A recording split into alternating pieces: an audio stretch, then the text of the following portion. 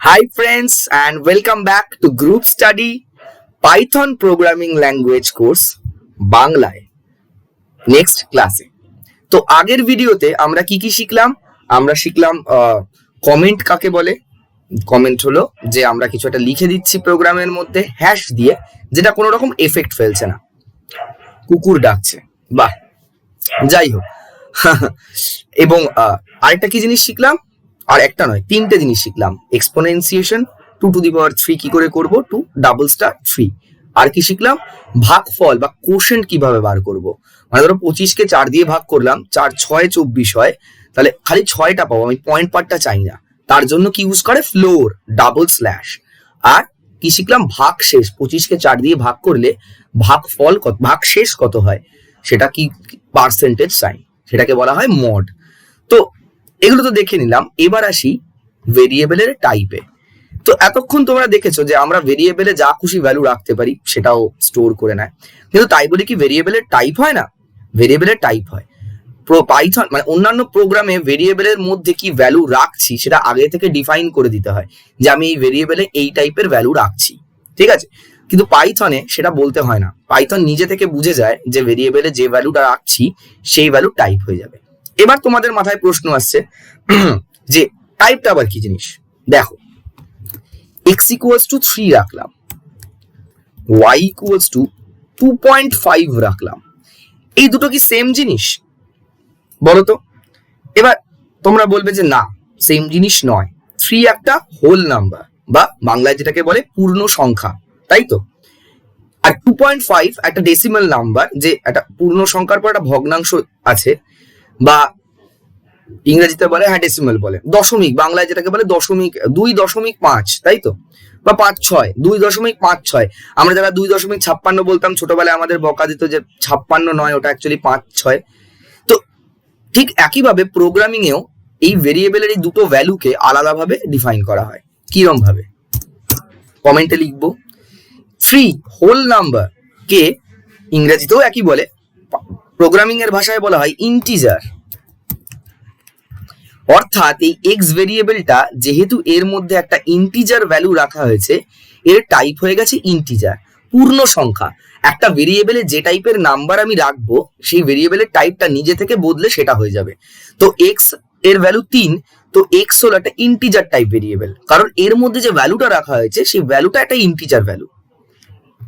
আর Y এর মধ্যে রাখা হয়েছে দশমিক ভ্যালু, তাই তো, 2.56। এটা তো ইন্টিজার নয়, পূর্ণ সংখ্যা নয়, হোল নাম্বার নয়, এটাকে প্রোগ্রামিং এর ভাষায় বলা হয় ফ্লোট, FLOAT, ফ্লোট। তো দুটো টাইপ, ইন্টিজার টাইপ আর ফ্লোট টাইপ। আচ্ছা, এবার z ইকুয়ালস টু, আমি একটা ধরো একটা শব্দ লিখবো পাইথন। আচ্ছা, আমি z ইকুয়ালস টু পাইথন লিখতে পারি? না, পারি না, কারণ খালি পাইথন লিখলে প্রোগ্রাম মানে কি বলে ইন্টারপ্রিটার সেটাকে একটা ভেরিয়েবলের নাম ভাববে, ও ভাববে পাইথন নামে নিশ্চয়ই কোনো একটা ভ্যালু রয়েছে অলরেডি ডিফাইন করা, সেই ভ্যালুটাকে আমি জেডে রাখতে চাইছি।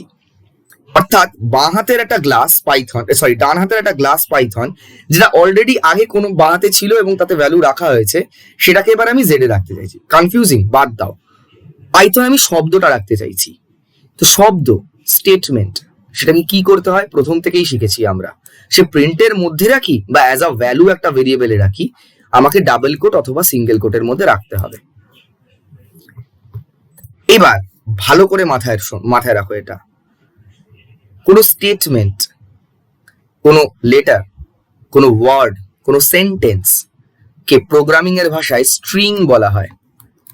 ফুল স্ট্রিং সেরকম স্ট্রিং বলা হয়, ঠিক আছে। এইবার প্রোগ্রামিং এ এই ইন্টিজারটাকে শর্টে লেখে ইন্ট, আর এই স্ট্রিংটা, সরি এসটা বড় হাতের দিয়ে দিচ্ছি, এস ছোট হাতের হবে, সেটাকে বলে str। অর্থাৎ এই এক্স এর টাইপ হলো ইন্ট, ওয়াই এর টাইপ হলো ফ্লোট, আর জেড এর টাইপ হলো স্ট্রিং বা str। আচ্ছা, আমি কি সত্যি কথা বলছি? তো টাইপ চেক করি। আচ্ছা, টাইপ কিভাবে চেক করব? পাইথনকে বলা হয় ভদ্রলোকের এক কথা। আমরা যখন প্রিন্ট করছি, আমরা কি ইউজ করেছি? কোনো কিছু প্রিন্ট করতে গেলে প্রিন্ট, তো কোনো কিছু টাইপ চেক করতে গেলে কি করব? টাইপ চেক করব। তো type of X, type of Y, type of Z. Just type লিখে আমি ওর ব্র্যাকেটের মধ্যে এক্স ওয়াই আর জেড লিখলাম। আচ্ছা, কি দিল? str, তার কারণ এই দুটোর পর ডিরেক্টলিও এখানে চলে গেছে, তো এটা আমাকে তো প্রথম দুটো আউটপুট হিসেবে চাই। তো আমি এই টাইপ, যেটা টাইপ হচ্ছে অ্যাকচুয়ালি, সেটাকে আমি প্রিন্ট করতে চাই। তো আমি প্রিন্ট লিখে ঘিরে দেব টাইপ অফ এক্সটাকে। একই কাজ আমি ওয়াই এর জন্য করব এবং একই কাজ আমি জেড এর জন্য করব। তাহলে কি হবে? এক্স এর টাইপ বা ওয়াই এর টাইপ বা জেড এর টাইপ সেইটা প্রিন্ট হবে, এক্স ওয়াই জেড এর ভ্যালু নয়, এদের টাইপটা প্রিন্ট হবে। এই দেখো কি বলছে, ক্লাস। ক্লাস কেন বলছে বাদ দাও, ওটা object oriented programming, class object, তো পুরোটাই পাইথন অবজেক্ট ওরিয়েন্টেড প্রোগ্রামিং। তো ভাবো এটাকে টাইপ বলছে। দেখো এক্স এর টাইপ বলা হয়েছে ইন্ট, ইন্টিজার, কারণ ও একটা ইন্টিজার ভ্যালু হোল্ড করছে। ওয়াই এর টাইপ বলা হয়েছে ফ্লোট, তার কারণ ওয়াই একটা ফ্লোট টাইপ বা দশমিক বা ডেসিমাল টাইপ এই করছে। আর জেড এর বলা হয়েছে str, কেন? তার কারণ জেড একটা স্ট্রিং টাইপ হোল্ড করছে। তো এই দিয়ে আমরা বুঝতে পারি একটা ভেরিয়েবলের টাইপ কি। তো নেক্সট যে টপিকে আমি যাব সেটা হলো, আচ্ছা যখন আমি একটা টপিকে যাচ্ছি আমি একটু হেডিং দেব, কেত মারবো। তো আমি লিখি টাইপ কাস্টিং। কি করব? এই ড্রপ ডাউনে গিয়ে হেডিংটা ক্লিক করব, this is level 2 type heading, okay. এবার রানটায় ক্লিক করে দেবো, দেখো টাইপ কাস্টিং হয়ে গেছে। টাইপ কাস্টিং কাকে বলে? টাইপ কাস্টিং হলো এক টাইপের ভেরিয়েবলকে অন্য আরেক টাইপে বদলে দেওয়া। কিভাবে? ধরো আমি লিখলাম এক্স ইকুয়ালস টু 2, এইবার আমি ওয়াই ইকুয়ালস টু ধরো 2.5 লিখলাম। এবার আমি এক্স তো ইন্টিজার টাইপ, একটা পূর্ণ সংখ্যা ধরে আছে, আমি একে বদলে দিতে চাই ফ্লোট টাইপে।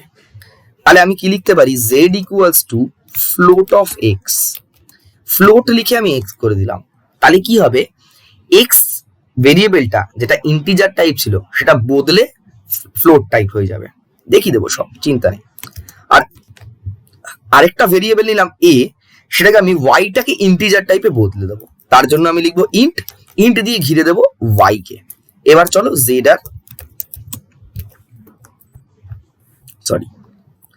আর এ প্রিন্ট করব। দেখো কি হচ্ছে, প্রথমটা বলছে 2.0, তারপরেরটা বলছে 2, কেন? আচ্ছা এটা ছিল 2, এটাকে আমি ফ্লোট টাইপ করে দিলাম, অর্থাৎ এতে দশমিক চলে আসবে। এবার দেখো 2 তো বেড়ে, মানে কিছু ওকে আমি কাল্পনিক ভাবে তো ইন্টারপ্রিটার কোনো ভ্যালু দিতে পারে না, ভ্যালু চেঞ্জ হতে পারে না, তাই জন্য যখন আমি ফ্লোট দিয়ে এক্স কে চেঞ্জ করে জেড এ সেটাকে স্টোর করেছি, তখন এক্স এর ভ্যালুটা 2 এর জায়গায় 2.0 হয়ে গেছে, কারণ ও তখন ফ্লোট, তাই জন্য 2.0। এইবার মজাটা হচ্ছে একটা ফ্লোটকে ইন্ট টাইপ করে দেওয়ায়।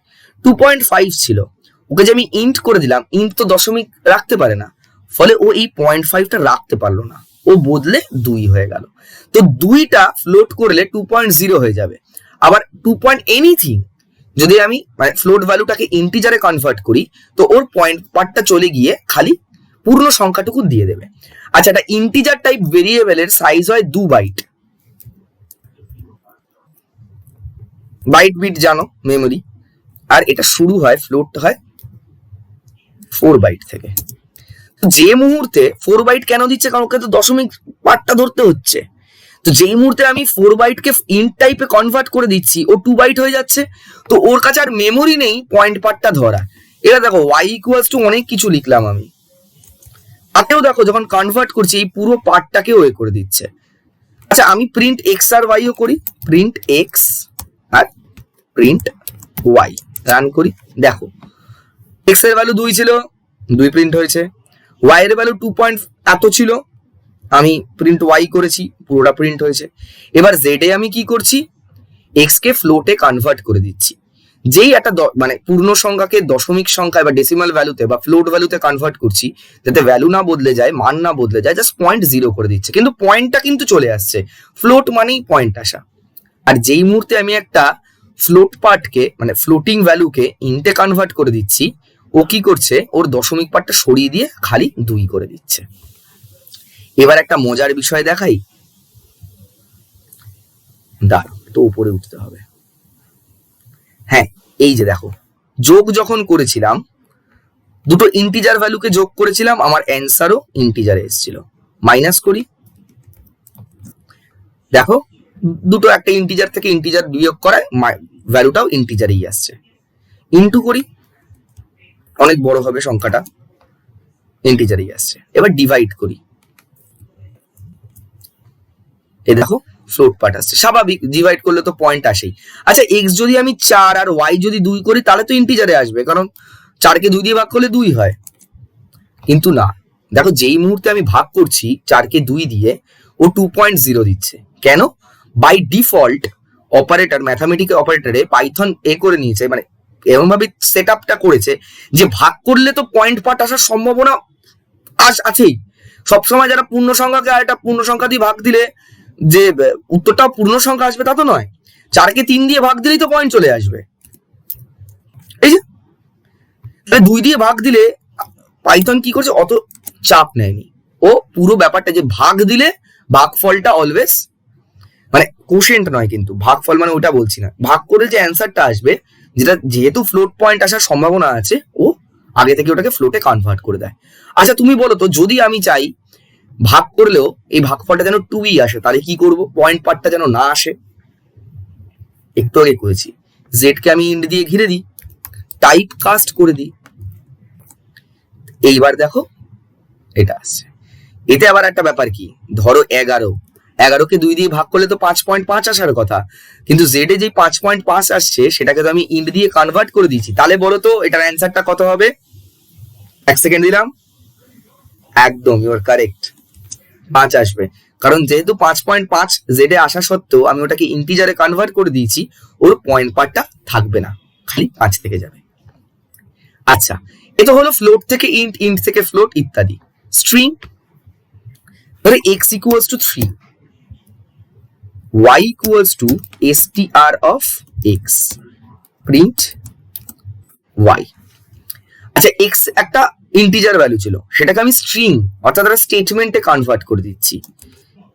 দেখো 3ই তো আসছে। এবার তুমি বলবে 3ই তো আসছে, এটা তো ইন্টিজারই। না, এটা অ্যাকচুয়ালি ইন্টিজার নয়, যেহেতু স্ট্রিং এ কনভার্ট করে দিয়েছি, এটা একটা ক্যারেক্টার হয়ে গেছে। ক্যারেক্টারের সঙ্গে কি কিছু যোগ হয়? হয় না। দেখো y equals to y plus 2 করলাম, y তে তো 3 ছিল, এই যে 3টা y কে প্রিন্ট করার পর, তাহলে 3 এর সঙ্গে 3 যদি স্ট্রিং না হয়ে, মানে স্টেটমেন্ট না, এটা সংখ্যাই হতো, তাহলে y plus 2 করলে আমার 5 আসার কথা, এরর আসছে। কারণ যেহেতু y তে যে 3টা আছে, যেটা আগের বার আমি দেখলাম প্রিন্ট হতে, ওটা একটা ক্যারেক্টার, ক্যারেক্টারের সঙ্গে সংখ্যা যোগ করা যায় না। আমার এই লাইনটা না থাকলে, মানে বা এই কনভার্সনটা না থাকলে, কনভার্সনটা তুলে দিই, y equals to x করে দিই, তাহলে y তে x এর ভ্যালুটা চলে এলো 3, 3 আর 2 5। এবার দেখো কোনো সমস্যা নেই, 3 আর 2 তো 5 হয়। কিন্তু যেই মুহূর্তে আমি স্ট্রিং এ কনভার্ট করে দিচ্ছি, ওই 3টা কিন্তু আর সংখ্যা থাকছে না, ওটা ক্যারেক্টার হয়ে যাচ্ছে বলে আমার এরর চলে আসছে। বলছে can only concatenate string not int. Concatenate কি পরে বলে দেবো, ওকে। তো আমি একটা সংখ্যাকে স্ট্রিং এ বদলাতে পারি, কিন্তু তার সঙ্গে তাহলে আর সেটা স্ট্রিং হয়ে যাবে। আবার একইভাবে ধরো x equals to 3 লিখছি। আচ্ছা, এখানে x এর ভ্যালুটা কত? ইন্ট কি না, কিন্তু স্ট্রিং, কারণ 3কে আমি ডাবল কোটের মধ্যে রেখেছি, মানে এটা একটা ক্যারেক্টার হয়ে গেছে, এর সঙ্গে আমি কিছু যোগ দিতে পারি না। আমি যদি y equals to x plus 2 দিই এবং প্রিন্ট y করার চেষ্টা করি, তাহলেও সেম এরর আসবে। আর কারণ 3টা তো x এর যে 3 ভ্যালুটা, সেটা তো একটা ক্যারেক্টার, সংখ্যা তো নয়। আচ্ছা, আমি যদি এই এক্সটা যোগ করার আগে একে ইন্ট দিয়ে ঘিরে দিতাম, তাহলে হতো? হ্যাঁ হতো, তার কারণে এই 3টা এবার ইন্টিজারে কনভার্ট হয়ে গেছে, ফলে এর সঙ্গে 2 যোগ করা এইবার আর সমস্যা নেই, কারণ 3টা 3 হয়ে গেছে, সংখ্যা 3 হয়ে গেছে। কনভার্সন জাস্ট কাস্টিং করে দিচ্ছি, টাইপটা চেঞ্জ করে দিচ্ছি। একটা ভেরিয়েবলের টাইপ চেঞ্জ করে দিলে সে তার ভ্যালু টাইপটা চেঞ্জ হয়ে যায়, বোঝা গেছে? কিন্তু ধরো আমি এই 3 এর মধ্যে পাইথন লিখলাম, সেটা কি ইন্টিজারে কনভার্ট করলে কি করা যাবে? যাবে না, কারণ যখন 3 একটা স্ট্রিং, পাইথন ঠিক আছে এটা ক্যারেক্টার আছে, কিন্তু একে চেঞ্জ করা যায়, চেঞ্জ করে আমি 3 করতে পারি। কিন্তু পাইথন এটা একটা শব্দকে আমি কিভাবে একটা সংখ্যায় কনভার্ট করব? তো একটা স্ট্রিং বা ক্যারেক্টার যেটা, সেটা যতক্ষণ একটা সংখ্যা, সে হোক না ক্যারেক্টার, সংখ্যাকে বদলানো যায়, কিন্তু একটা শব্দকে কিছুতে সংখ্যা করা যায় না। Common sense. এটা যখন 3, তখন এটাকে আমি ইন্টিজারে কনভার্ট করতে পারি, জাস্ট ডাবল কোটটা সরে যাবে। কিন্তু পাইথনে ডাবল কোট সরলে কি হবে? পাইথনে ডাবল কোট সরলে তো কোনো মিনিং দাঁড়াচ্ছে না, এটা ভেরিয়েবল হয়ে যাচ্ছে, সেটা করতে পারে না পাইথন প্রোগ্রাম, মানে ইন্টারপ্রিটার করতে পারে না। তো আমি একটা সংখ্যাকে যে কোনো সময় স্ট্রিং এ কনভার্ট করতে পারি, কিন্তু একটা স্ট্রিং কে সংখ্যায় তখনই কনভার্ট করতে পারবো যখন সেই স্ট্রিংটাও অ্যাকচুয়ালি একটা সংখ্যার ক্যারেক্টার হয়। Got it? তো এটাকে বলা হয় টাইপ কাস্টিং। তো আমরা কি কি শিখলাম এই ক্লাসে একবার দেখিনি, তো আমি ভুলে গেছি। আমরা টাইপ চেক করা শিখলাম, ইন্টিজার কাকে বলে, ফ্লোট কাকে বলে, স্ট্রিং কাকে বলে, কি করে চেঞ্জ করা যায় টাইপটা একটা স্ট্রিং থেকে, ইন্ট থেকে ফ্লোট, ফ্লোট থেকে ইন্ট, ফ্লোট থেকেও ইন্ট করা যায়, ফ্লোট থেকেও স্ট্রিং করা যায়। হ্যাঁ যায়, তোমার একটা হোমওয়ার্ক রইলো, তুমি একটা ফ্লোট ভ্যালুকে স্ট্রিং এ কনভার্ট করে প্রিন্ট করো, ওটা কিন্তু অ্যাকচুয়ালি একটা ক্যারেক্টার, যোগ করার চেষ্টা করে দেখবে হচ্ছে না। আবার একটা স্ট্রিং কে ধরো 3.5 কে ডাবল কোটের মধ্যে রেখেছো, সেটাকে আবার ফ্লোটে কনভার্ট করে প্রিন্ট করার চেষ্টা করো, হবে। চলো, এটা থাকলো হোমওয়ার্ক। চলো নেক্সট ক্লাসে আমরা বেসিক পার্টটা শেষ করে ফেলবো এবং চলে যাব পরের চ্যাপ্টারে। ওকে, চলো দেখা হচ্ছে নেক্সট ক্লাসে।